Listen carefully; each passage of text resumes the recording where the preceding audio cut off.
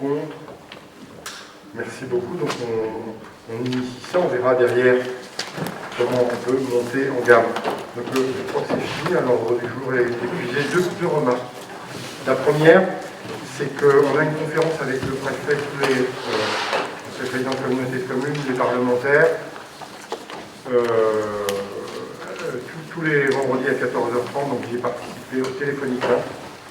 Et donc là, sur le plan sanitaire, quand même, il faut savoir qu'il nous disait tout à l'heure que le taux d'incidence des 16-25 ans, ce sont la tranche d'âge qui est la plus touchée en Morbihan. 189,01 taux d'incidence pour 100 000 habitants. Ça veut dire ça. Hein. Et par contre, pour les personnes, je crois que c'est plus de 66 ans, si j'ai bien compris, le taux est de 63,91.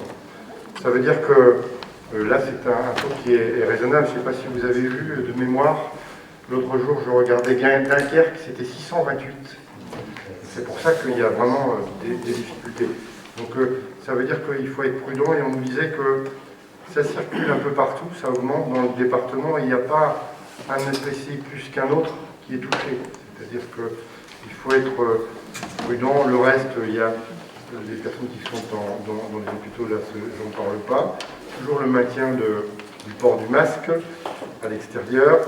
Et on nous disait qu'il y avait eu, à ce jour, hier soir, 42 088 injections, vaccinations dans le Morbihan. Et c'est le plus fort taux de vaccination rapporté à la population du département en Bretagne.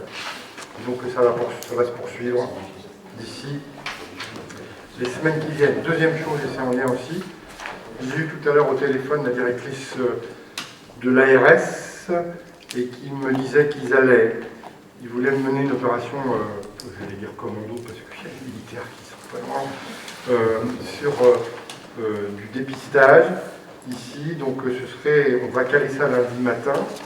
Ce serait le 25 et 26 février, c'est-à-dire jeudi et vendredi prochain, donc le dépistage du Covid ici. Je ne me rappelle jamais selon quel dispositif c'est. Pardon ? Antigénique, voilà. À côté, déjà, il y a du dépistage ici par les professionnels de santé, mais là, c'est le PCR. C'est pas incompatible, les deux, hein, donc on va maintenir, parce que je trouve que les professionnels de santé ont fait un effort considérable en mettant ça à disposition, en étant disponibles.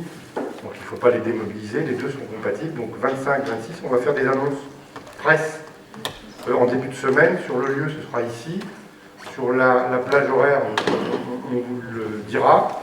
Et en même temps, il y aura des médiateurs, j'ai noté ça tout à l'heure, des médiateurs live, ils appellent ça Croix-Rouge, qui seront là aussi pour sensibiliser les gens à la prévention et aux attitudes à adopter pour éviter que le virus se développe.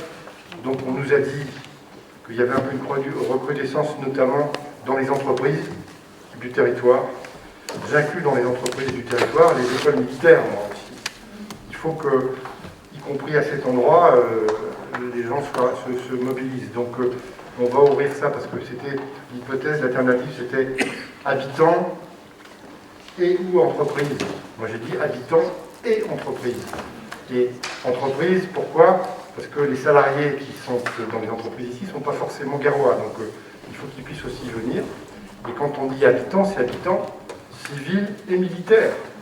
Hein, je le dis parce que moi j'ai été interpellé, j'en parlais tout à l'heure par les professionnels de santé à plusieurs reprises, en disant sur les écoles, il y a un collectif important, et donc les gestes ne sont pas forcément respectés, les gens se réunissent, donc moi je suis intervenu auprès des écoles aussi pour leur signaler, et donc pour que les mesures soient prises, en interpellant aussi le préfet là-dessus, parce qu'il faut que tout le monde contribue à lutter contre cette pandémie. Donc c'est ouvert, je le dis, je le répète, à tous les habitants civils et militaires.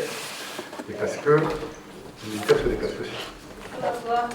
Pour y aller, il faut avoir des symptômes, on ne va pas aller se faire tester sans... C'est ceux qui veulent.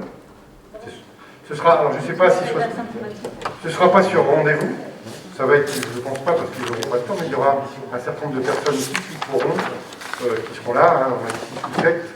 J'aurai les modalités plus précises lundi matin. C'est ceux qui le souhaitent. Alors si naturellement des personnes ont des indicateurs ou des prémices d'eux qui sentent qu'il y a symptômes, voilà, ils viennent. Mais si quelqu'un à titre préventif et pour savoir ce qu'il peut y avoir des asymptomatiques, mon fils, moi, était asymptomatique. Il avait le Covid, donc on a adopté les mesures qu'il fallait, dans les règles qu'il fallait, mais il n'a pas du tout été embêté. Par contre, moi j'en connais d'autres qui ont eu de la fièvre, qui étaient mal, qui étaient très fatigués, etc. Donc c'est variable d'une personne à l'autre. Et donc ça ne coûte rien, parce qu'on doit être exemplaire aussi de se faire tester. Parce qu'on ne sait pas, ici autour de la table, si l'un d'entre nous n'est pas... on ne sait pas. C'est pas forcément parce que ça ne se voit pas. Voilà, donc suivez bien la presse et puis parlez-en autour de vous. Mais plus on sera détecté, mieux ce sera.